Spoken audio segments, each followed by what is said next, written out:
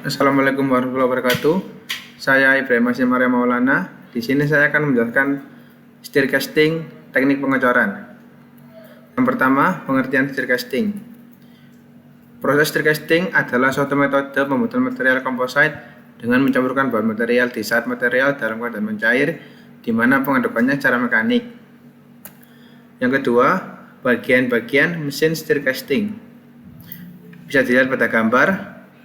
Yang pertama ini ada rangka, yang kedua isolator, kemudian tabung, yang keempat ada stir, ada tuas, bearing, poros dan puli, kemudian sabuk, 10 motor listrik, poros rangka, dan panel box. Kemudian prinsip kerja mesin stir casting.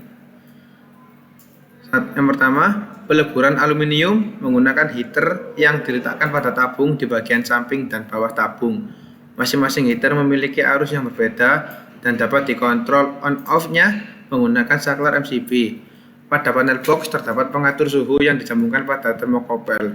Jika sudah menunjukkan temperatur melebur antara 600 sampai 700 derajat Celcius, maka pengadukan dapat dilakukan. Kemudian, poros stir casting dapat bergerak karena adanya sistem transmisi, yaitu dua buah puli yang terhubung dengan sabuk. Puli kecil melekat pada poros motor listrik sehingga jika motor listrik menyala akan menyebabkan puli kecil dapat berputar. Puli kecil akan menggerakkan puli besar. Puli besar menggerakkan poros utama sehingga putaran stir bergerak. Putaran stir casting ini yang digunakan untuk proses pengadukan. Kemudian, mesin stir casting memiliki rangka yang dapat berputar dan poros yang dapat digerakkan naik turun menggunakan tuas, berfungsi untuk mengatur posisi blade ketika hendak digunakan maupun ketika sudah tidak digunakan. Pada rangka gerak terdapat poros penopang berjumlah 2 buah. Poros yang satu berfungsi agar rangka dapat digerakkan dan yang satunya lagi berfungsi untuk tempat poros utama. Kemudian, jenis-jenis cacat yang mungkin terjadi, yaitu yang pertama, misrun adalah pengecoran yang telah mengeras sebelum rongga cetakan terisi penuh. Kemudian ada cold shoot adalah dua aliran logam melebur bertemu dan terjadi fusi antara keduanya yang mengakibatkan adanya pendinginan yang terlalu cepat. Kemudian shrinkage atau penyusutan yang terjadi akibat temperatur tuang terlalu tinggi atau terlalu rendah. Kemudian ada porosity adalah terperangkapnya gas dalam pada waktu pengecoran yang mengakibatkan terbentuknya lubang-lubang di dalam produk pengecoran. Kemudian yang terakhir, keunggulan serta contoh produk hasil stir casting. 1. Dapat memperoleh suatu material tertentu yang sulit dan tidak mungkin didapatkan dengan proses lain, memadukan suatu logam dengan suatu bahan penguat.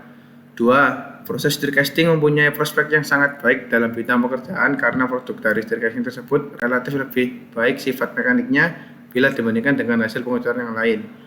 Proses stir casting lebih ekonomis karena material paduan yang ditambahkan merupakan material sisa dari suatu produksi yang pada umumnya sudah tidak dipakai lagi.